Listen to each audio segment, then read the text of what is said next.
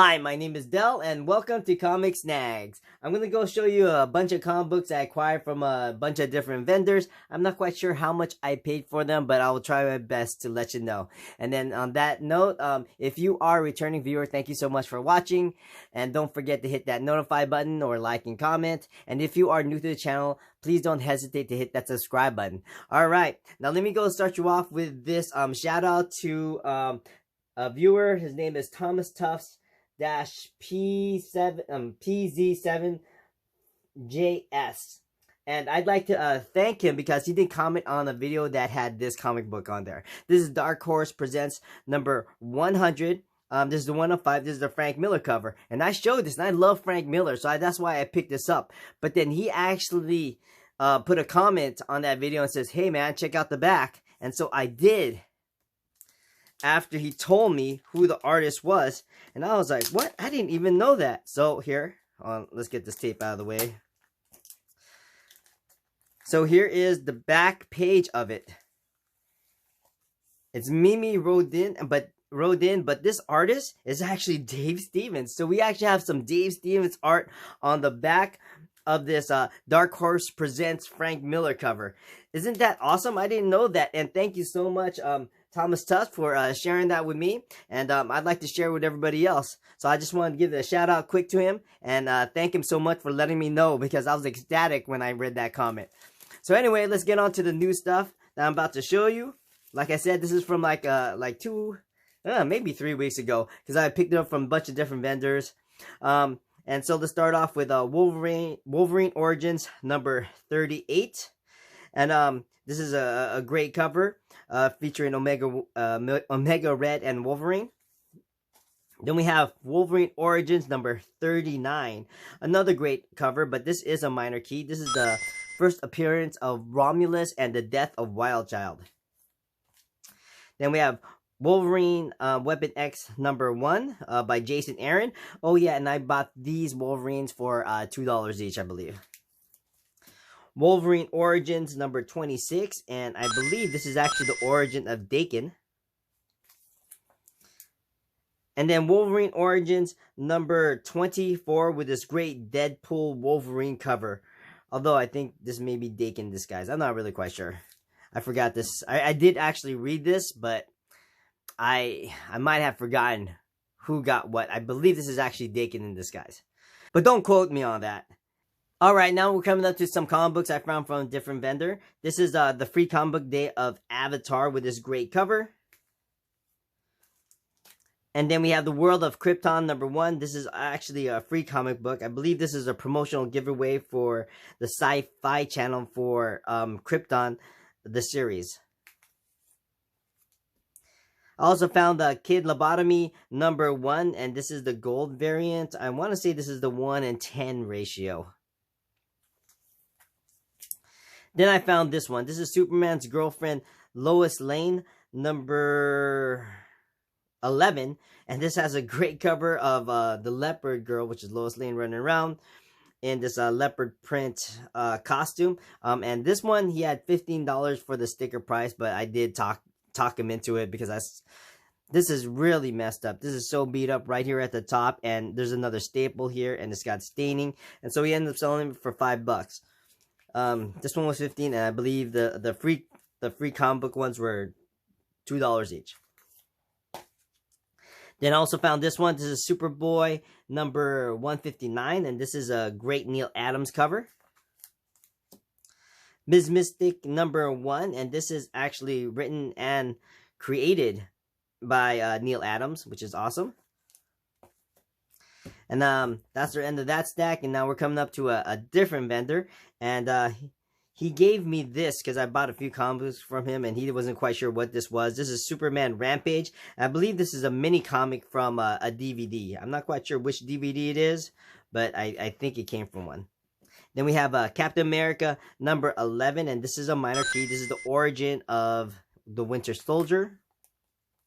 Then I found this one. Like I said, I've been on this 3D kick lately. I don't know why. But I picked up Hollywood 3D. And I actually thought this was Marilyn Monroe on the... I almost said Manson. A little bit different from Manson. Yeah, I thought this was Marilyn Monroe. But it isn't. apparently there was like a older gentleman at the swap meet who collects comic books, and he actually told me that this is Jane Mansfield. Then I found this one. This is a Lori Lovecraft by Mike Valsberg with this great cover. And then I picked up Our Love Story number 11. I picked it up because this looks so much like Gwen Stacy. I had to pick it up, and I believe this is by John Romita Sr., this cover. So this is awesome. Love it. Then I found this one at a different seller. I think this was like, he sold it to me for like $1. This is a Superman book and record set. It's pretty cool. It's got the record right in there. I haven't played it because I don't have a record player, but yeah. So one of these days I'm going to end up investing in one and hear how this sounds. I also found this one from a different vendor. I think I paid $2 for it. This is the Batman Adventures number 1. And this is a minor key. This is the first appearance of Roxanne Sutton. But I did buy it because it's got a great Joker and Harley cover. Then this one's from a different seller as well. This is Monkey Man and O'Brien number 1 with this great Arthur Adams cover. And I bought this one for $1.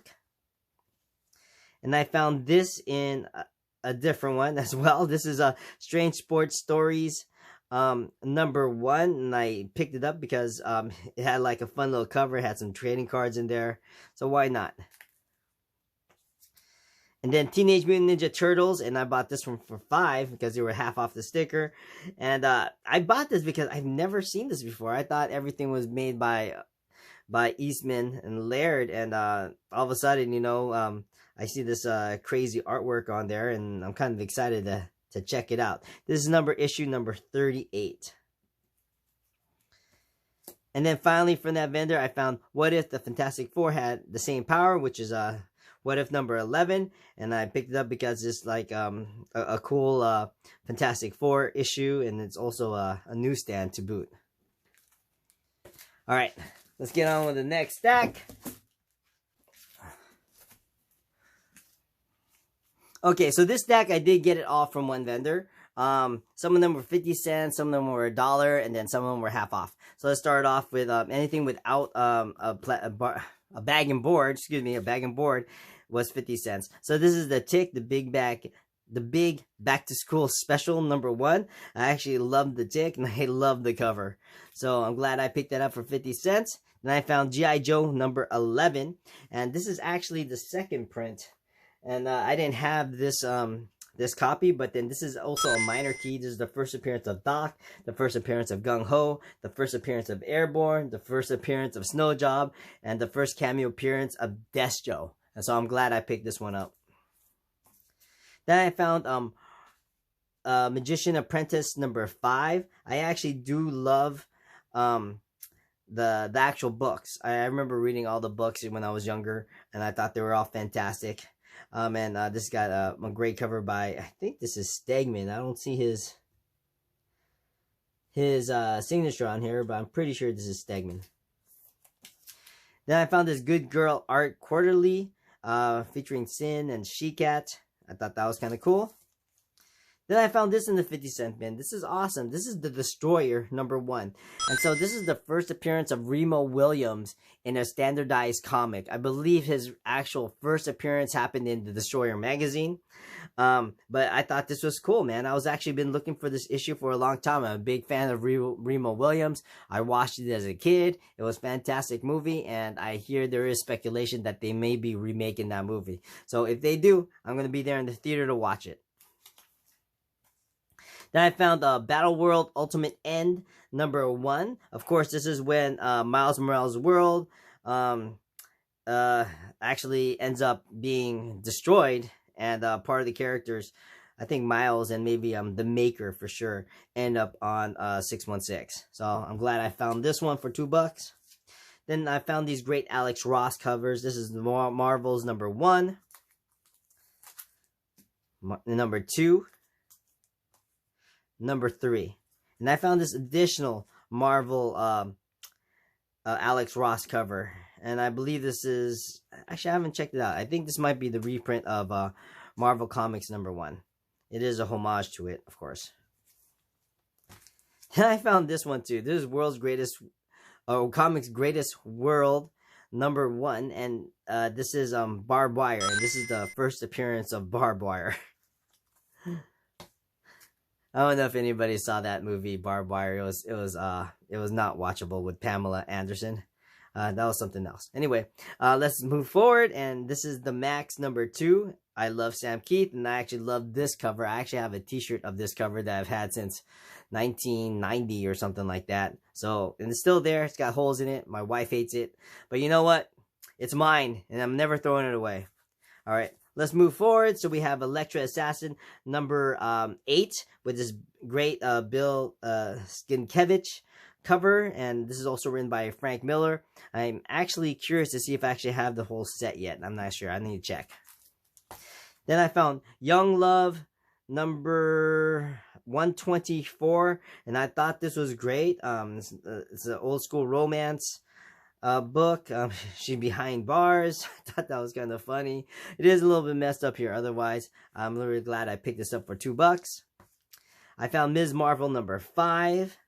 Great. I'm trying to collect the run of the original volume 1 of Ms. Marvel. I found Go-Go 13, The Impossible Hit. This is the first issue. This is not his first appearance. I think this might be one of the later volumes. Then I found Amazing Adventures, War of the Worlds, #27.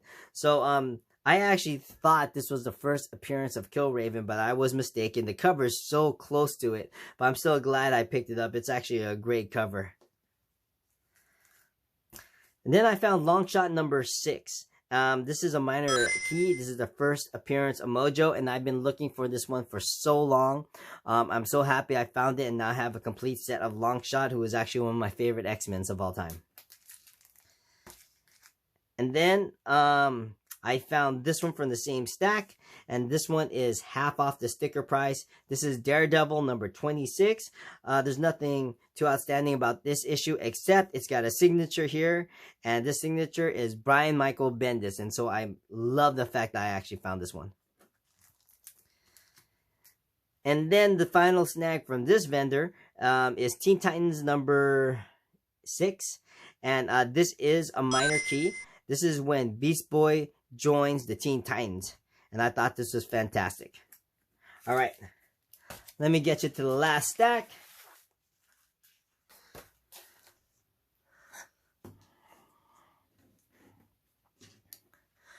Okay, so sometimes you buy some comics and you're hoping for a really good deal, and sometimes you win some and sometimes you lose some, and I think I actually lost some on this. Put your thoughts in the comments on whether I had a good deal or a bad deal. I think I overpaid for these comics, but when I think about whose signatures I did acquire, I'm actually quite happy, and I thought it was like maybe a fair price, if that. So please let me know if I did the right choice. I actually ended up paying $180 for these next 7 comic books. I'm not quite sure, like I said, I'm not quite sure if I got a good deal or not. Okay, so let me go show you these comic books. This is Snake Plissken Chronicles. This is a special preview, and this is actually signed by 2 people. This is, oh my god, this is Tony Rodriguez, and this is, I think this is Bill O'Neill. Yeah, so, because I also have Snake Plissken Chronicles #1, and this is signed by the same people, Bill O'Neill and Tony Rodriguez. So this is the preview. This is #1. That's not too bad. And then I found this one. This is Top Cow Previews number 2005.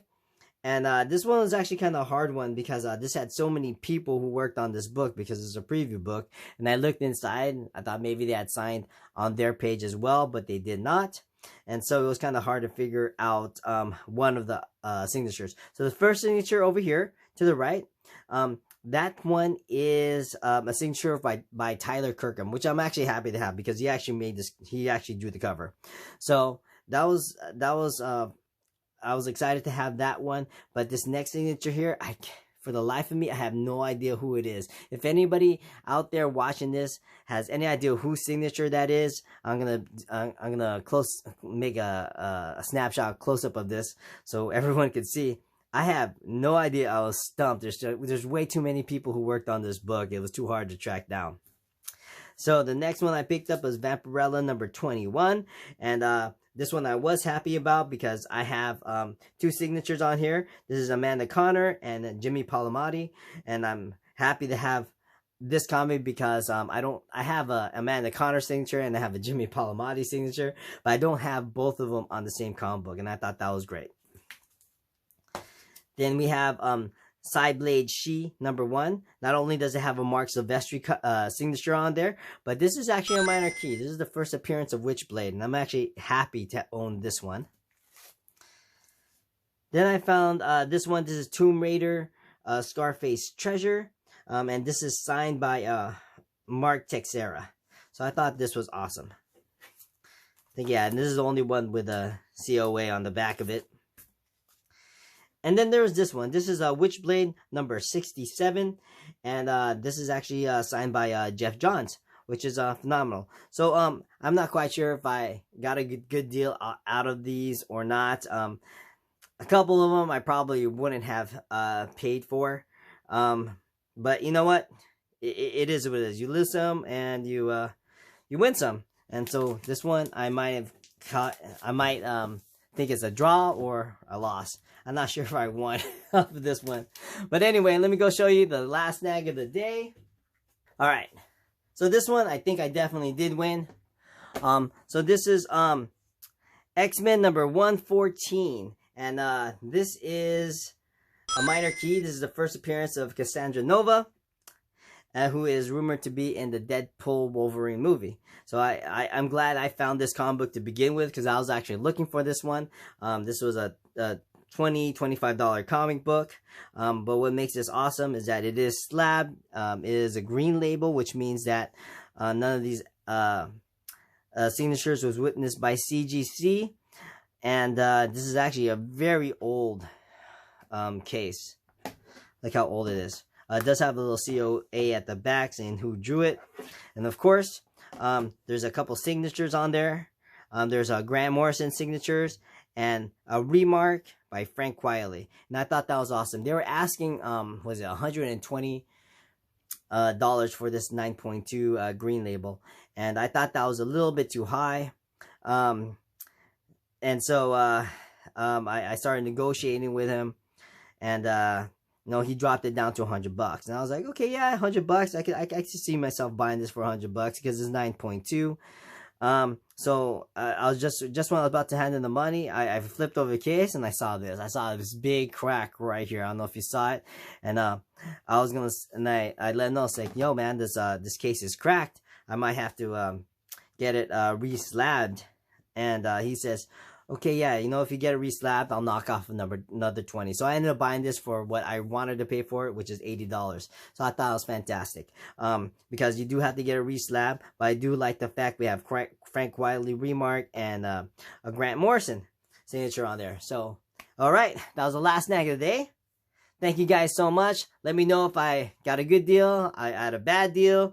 Any comics, anything that you like, please go ahead. I love listening to comics, or even just educate me, because you know I don't know everything. I hope to learn from other people who've been in this profession or hobby longer than I have. And you know, thank you so much for correcting me when I do something wrong. I appreciate it. And I will see you guys next week. Thank you so much. Bye bye.